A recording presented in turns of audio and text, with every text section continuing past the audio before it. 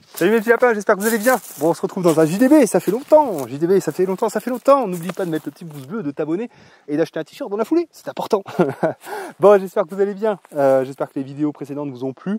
Il n'y a pas eu beaucoup de... Enfin bon, évidemment, je n'ai pas fait le JDB parce que là, ça fait un mois déjà que le bonhomme était en carafe, sciatique à gauche, puis à droite, enfin bon, un truc génial quoi, et que le tracteur aussi était en carafe. Donc là, ça y est, ce matin, on a enfin pu changer la pompe hydraulique. Et donc c'était bien ça le problème, la première pompe hydraulique était vraiment fatiguée, on se demande pas pourquoi, hein. Du matériel parquet jardin qui sert pour du terrassement, c'est évident que ça souffre un peu. Donc voilà, et donc je suis très content puisque j'ai pu trouver une pompe hydraulique à 400 € au lieu de 1300 €. Donc ça fait des grosses sommes effectivement, mais ça c'est pareil, il faut s'y attendre, hein. Quand on a du matériel, derrière évidemment il y a de l'entretien qui coûte, et encore là on est sur un tracteur, c'est pas fou, hein.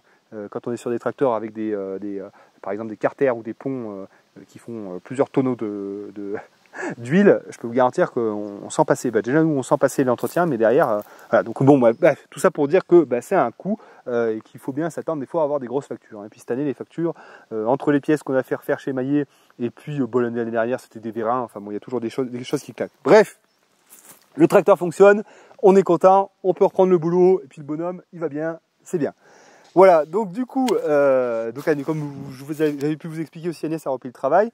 Et donc pendant les 2 jours où elle fait la fermière, Alexis, lui, il fend du bois. Donc voilà, ça, c'est une grande partie du bois qui était en bordel là-bas. Je ne sais pas si vous vous souvenez, là, on a un grand espace de stockage et j'avais là où on a fait la vidéo en fait avec Fabien. Donc là, du coup, il m'a fait un super cadeau, comme vous avez pu voir. Donc moi, je me suis bien amusé avec et donc j'ai fait pratiquement tout le bois que je devais faire en fait à la fendeuse hydraulique, je l'ai fait à la main. Et puis ça s'est assez bien passé. Donc voilà, celui-là on l'a construit, on l'a rempli aussi sec, là je sais pas combien il y a de serres, mais bon, il y en a encore quelques-uns. Et puis il va falloir en construire un autre parce que du coup en fait je continue de tomber des arbres. Donc là, vous voyez là, j'ai tombé 2 bouleaux et 2 bouleaux et un hêtre. Oui, parce que quand Agnès elle est pas là, du coup moi je fais des trucs voilà, tranquilles on va dire, que je peux faire tout seul. Et donc voilà, je prends la brouette thermique, la tronçonneuse, tout ça, et je coupe les arbres qui sont pas très beaux. Là, je continue d'en couper un peu. Et ce qui va se passer, en fait, c'est que on va aller voir là-bas, mais je vais préparer une zone pour une future pommeraie, hein, comme j'expliquais. Tout ça, ça finira en verger, hein. Je ne compte rien garder finalement. Je compte tout mettre en pommeraie avec des arbres qui viendront du domaine d'Alvaro, hein. Ça va être un deal qu'on va faire avec un copain encore. Oui, parce que nous, on n'a pas besoin d'avoir des partenaires hein, tu vois, qui jouent un rôle. Nous, on a des partenaires, des vrais, quoi. Enfin, comment expliquer, Seb, on l'avait eu en live, le domaine d'Alvaro. Donc, c'est un gars qui a racheté une boîte de nuit. Et il a tout un projet maraîchage et tout. Enfin, c'est génial ce qu'il fait, quoi. Donc, voilà, on fait du biz avec, du business. On fait des partenariats avec des gens comme ça, avec des gens comme Todd, avec des gens, voilà, avec Gérald et tout. Enfin, des gens, voilà, voilà, pas des grosses marques là qui se, tu vois, avec des gens, des vrais gens, en fait, voilà. Donc voilà, en fait Alvaro, on fera un partenariat avec lui, il va me donner des arbres fruitiers et il faudra que j'ai préparé tout cet espace pour les mettre. Donc, je vais te montrer d'ailleurs, hein, on va aller voir. Et enfin bon, on a plein de trucs qu'on a envie de faire, mais comme j'ai pu te dire dans les derniers JDB, là la priorité ça va être de construire ce hangar et tout l'argent va s'orienter là-dessus. Une fois qu'on a ça, ça sera notre grosse bouffée d'oxygène en termes de logistique et on pourra s'adonner à d'autres travaux. Alors là j'ai plein d'idées hein, pour les travaux, ne t'inquiète pas. Il y a tout ce talus là hein, qu'on va aménager, hein. Ça on le fera dans l'hiver, je sais pas. Enfin bon, tu vois, on va arracher tous les noisetiers, enlever toutes les caillasses et tout. Voilà, refaire tout nickel. Enfin bon, il y a un boulot de dingue, mais ça attendra qu'on ait notre hangar. Voilà, c'est ça. Enfin, ouais. Et alors nos patates là, il faudra qu'on y regarde. Un de ces 4 là aussi, là, ça sera bientôt le temps d'y ramasser, je sais pas. Non. Ouais. Ouais. Donc, ouais, c'est pas beau, hein. Là, ça n'a pas été beau. Déjà parce que c'est une terre forestière qui est complètement, enfin voilà, qui n'a pas été bien nourrie, quoi. Donc là, c'est pour ça, là, on fait un gros tas de fumier, hein, de tout ce qu'on cure, on fait un gros tas de fumier là-bas. Et dès que ça sera le moment qu'on aura enlevé notre pomme de terre, on va tout intégrer là et on va y bâcher et tout. Il faut qu'on fertilise à fond cet espace et puis qu'on le dote d'un système d'irrigation, hein. Donc ça, on va le faire. Ça, cet hiver, de toute façon, il y aura ça aussi, il y aura de l'irrigation, passer du Plymouth.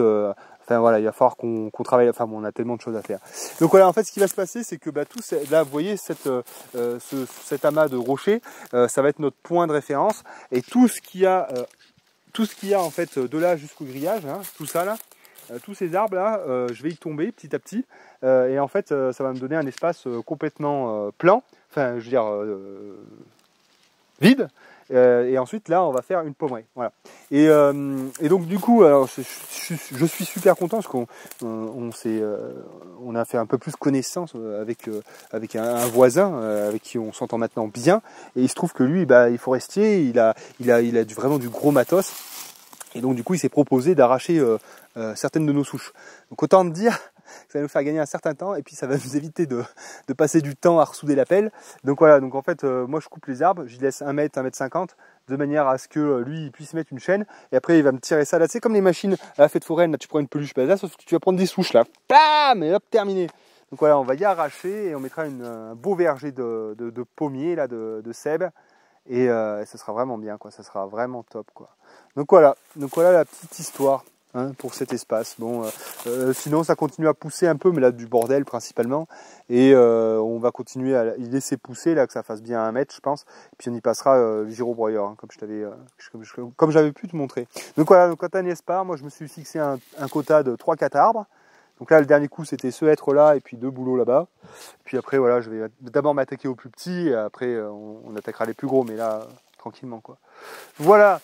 Voilà pour ce qui est de tout ça. On va aller voir les petites dindes. Enfin, elles sont plus petites maintenant, les dindes. C'est vrai qu'il faudra qu'on rebouche ce cratère aussi. Là, c'était Raymond qui nous avait enlevé un gros rocher là. Tu sais, les pierres, de toute façon, c'est comme les icebergs. C'est-à-dire, tu vois, tu te dis, ah, c'est une petite pierre. Puis Raymond, il arrive comme ça avec le godet. Puis en fait, tu te retrouves avec un mastodonte et puis un trou de météorite, tu vois. Donc bon, là, il faudra qu'on y rebouche à l'occasion. Bon, et voilà, et puis les petites dindes, elles ont bien grandi, comme tu peux voir. Bah, ça, c'est vrai chien, ça. Hein. Ah, mais si, le matin, elles te font la fête et tout. Ça sera dur à tuer, ça. Enfin, ça sera dur à tuer. Non, mais bon, ça va faire un vide quand même, dans le sens où c'est rigolo, quoi.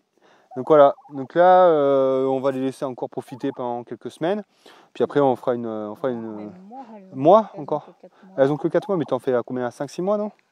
Bon, faut voir le ouais, ça dépendra de quel poids qu'elles font. Et là, et du coup, quand on va les tuer, j'ai une carabine à plomb là, donc je pense que je vais les déglinguer à la carabine à plomb. Parce que là, ça se laisse bien approcher. Donc je dois pouvoir mettre le canon bien derrière la tête, là, comme je fais avec les lapins, et PAM, terminé. Hop, ni vu ni vu, c'est fait quoi.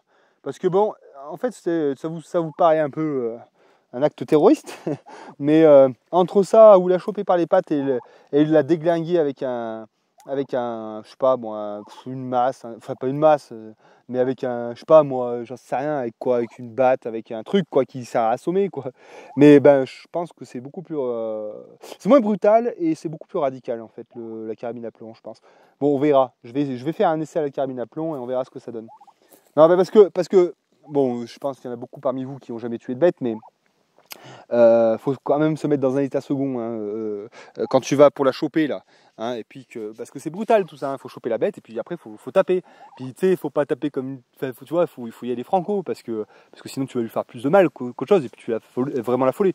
Donc faut y aller avec il faut vraiment faire preuve de violence et de barbarie dans un instant T quoi. Donc je pense que la carabine ça sera quand même plus facile quoi. Bon, on verra bien. Je sais qu'avec les lapins ça va vraiment bien, hein.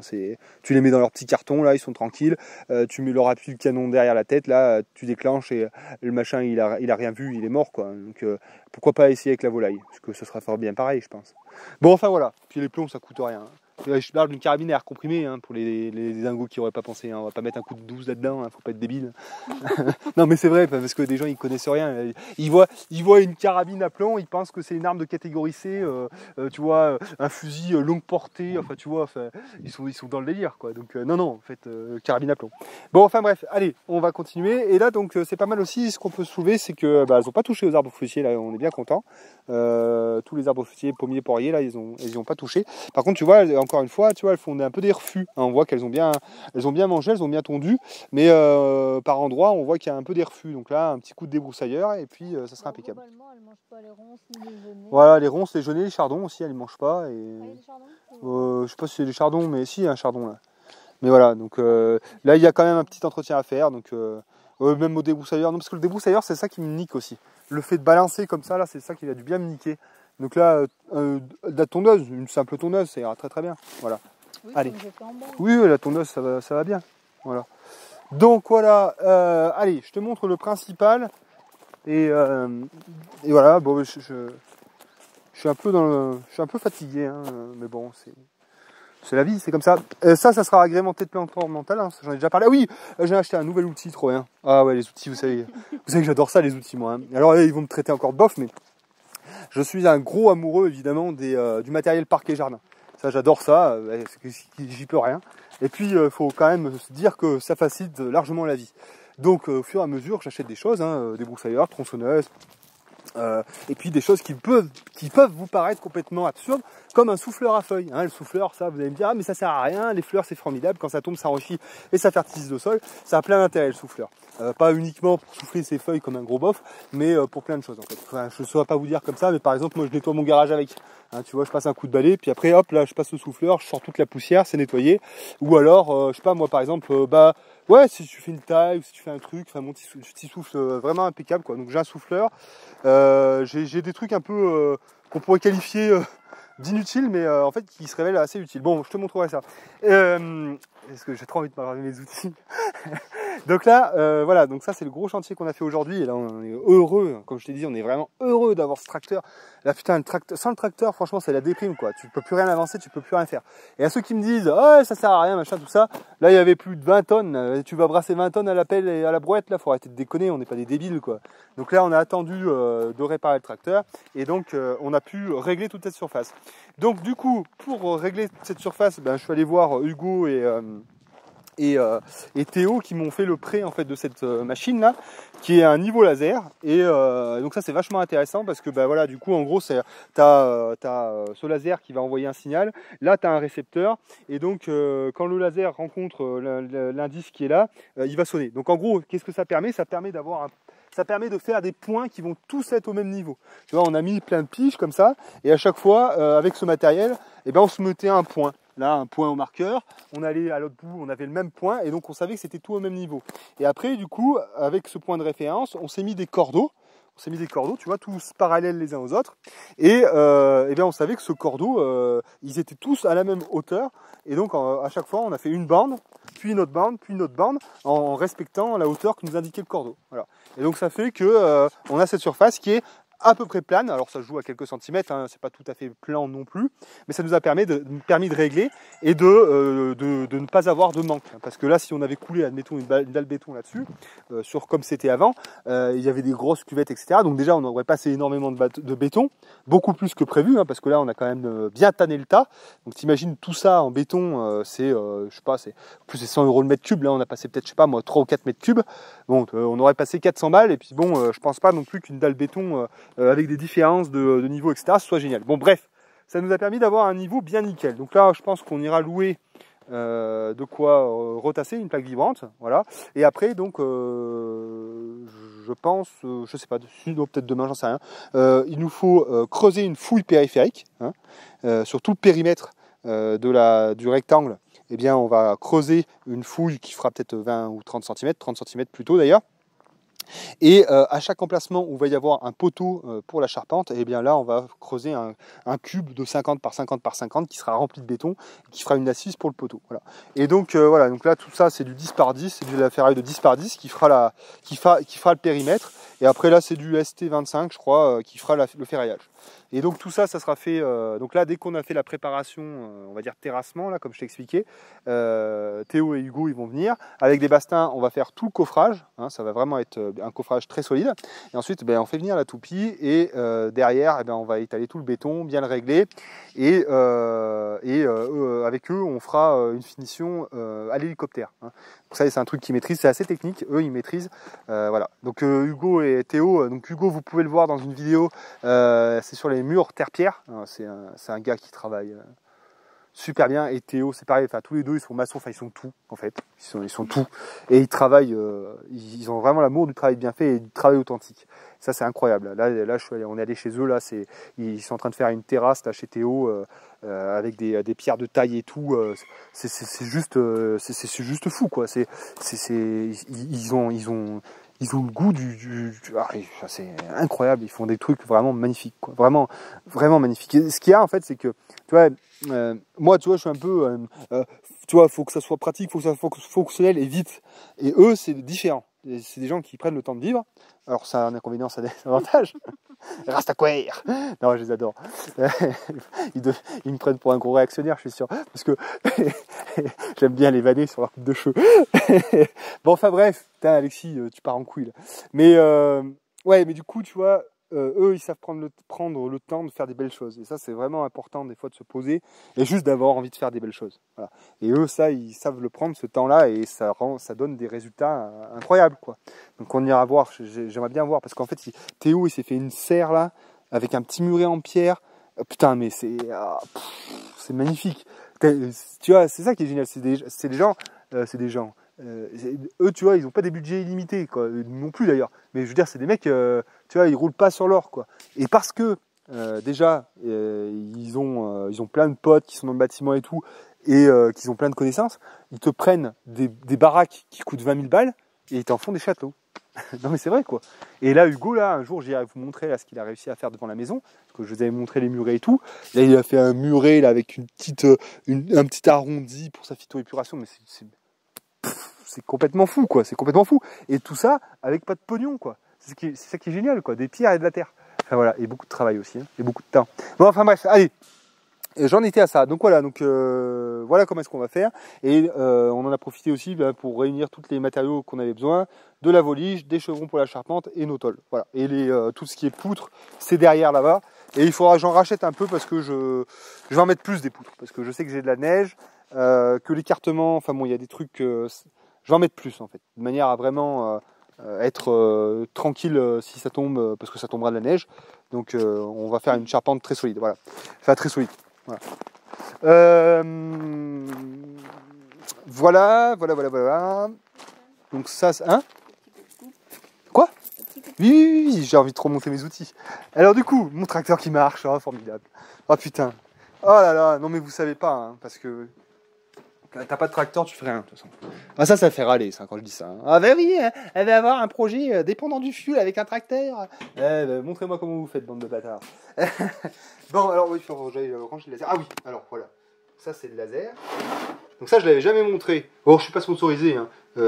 Pourquoi est-ce que j'achète Makita? Simplement parce que je m'étais équipé en Makita pour la maison. Et du coup ils font du matériel un peu parquet jardin. Hop, désolé. Donc voilà, donc ça c'est le souffleur, ça c'est... Hein? Ouais, c'est bon. Donc ça en fait c'est un petit souffleur avec deux batteries hein, que tu mets au cul là derrière. Donc voilà, donc ça va pas mal hein, comme j'ai expliqué pas pour souffler en fait. Hein.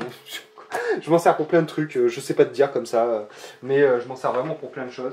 Genre j'ai fait la taille, tiens un espace minéral, quand t'as fait plein de taille dans un espace minéral, bon bah tu passes un coup de ça et puis c'est nickel quoi, tout simplement. Et donc voilà, et donc après, parce que ouais, je suis un petit malin, non enfin c'est pas que je suis un petit malin, c'est que j'aime bien, et donc en fait c'est le moment de tailler les lavandes, donc les lavandes, et puis alors je vais te montrer très rapidement. Donc je me suis acheté cet outil, alors cet outil il existe aussi chez Stihl, et en fait pour des petits trucs anecdotiques, je sais pas, j'arrive pas à dire ce mot, mais pour des petits chantiers, des trucs où je vais pas utiliser fort, je prends Makita. Après, par contre, pour des trucs où je vais faire une utilisation soutenue, je prends du Stihl, parce que vous savez, j'ai les jeux de batterie. Hein. Voilà, donc là, c'est mon jeu de batterie. Là, j'ai deux batteries AP200 pour mon matériel Stihl. Donc là-dessus, en fait, j'ai quoi? J'ai la tronçonneuse d'Agnès et on a la perche d'élagage qui est là-haut. Je vais aussi, dans les prochains investissements, je vais acheter une perche taillée. Hein, ça sera indispensable là pour faire tous mes noisetiers. Enfin, ça sera vraiment indispensable. Donc celle-là, puisque ça va tourner fort, je vais la mettre sur du Stihl. Mais là, pour des petits trucs comme ça, je pars sur Makita. en utilisant donc les batteries que je possède déjà. Et donc pourquoi est-ce qu'on a acheté ça? Alors c'est pas un placement produit, hein. Je l'ai acheté avec mes sous, ça coûte 86 € quand même. Je l'ai acheté avec mes sous et puis voilà, c'est tout. Hein. Ça existe chez d'autres, hein, voilà. Mais en fait, pourquoi est-ce que j'ai acheté ça? Bah, tout simplement voilà, pour faire la taille des lavandes. Parce que en fait c'est très chiant, tu vois, une lavande, je vais te montrer après, mais du coup ça permet de tout tailler bien comme ça, de lui faire une jolie boule bien propre, c'est vraiment impeccable quoi. C'est Agnès qui l'a utilisé tout à l'heure et elle était vraiment très contente. On fera la présentation de ce produit, hein, t'inquiète. Mais du coup, juste pour te montrer rapidement à quoi ça sert. Il y en a d'autres des lavandes ou t'as laissé la seule là-bas? Ah bah, il y en a après. Ah, il y en a après là-bas. Mais du coup, tu vois, ça fait des petits, ça taille bien quoi, c'est vraiment trop bien. Donc là, tu vois. Mais on fera une vidéo exprès, mais c'est juste pour te montrer rapidement. Et puis moi, parce que je l'ai pas utilisé. Du coup, regarde. Tu vois. Putain, c'est trop bien, quoi. C'est trop bien. Alors, au lieu de faire ça un par un au sécateur, quoi. Voilà. Donc, t'imagines bien que ça fait gagner du temps. Et ça permettra, tu sais, j'ai un... C'est quoi, là? Je sais pas, un cyprès ou je sais pas quoi, là-bas, là. Ah oui, que je peux tailler, justement. Là, ça se taille, ça. Tu peux le faire en boule et tout, ouais. Ouais. Ah ouais. Ouais, bah oui. Et oui, alors vous me direz, ça c'est de la branlette et tout, c'est pas naturel, tout ça, bah moi j'aime bien en fait. J'aime bien que mon jardin il soit beau, qu'il soit structuré. Par exemple, mes noisetiers là, je compte les faire rectilignes. Ah oui, bah oui, ça fera. Vous aimez pas vous, hein, parce que c'est trop carré, ça fait bof, etc. Bah moi j'aime bien. Donc je ferai en sorte que ce soit bien. Un petit Versailles. Ah ouais, non mais moi j'adore ça quoi. C'est comme mes talus là. Donc là c'est des chèvrefeuilles que j'ai mis. Et dans l'ancien logement où j'étais, bah les chèvrefeuilles là ils étaient tous bien au cordeau comme ça, bien rectilignes et tout. Là c'était magnifique quoi. J'aime bien faire ça. Bon après voilà, hein, chacun ses goûts. Hein.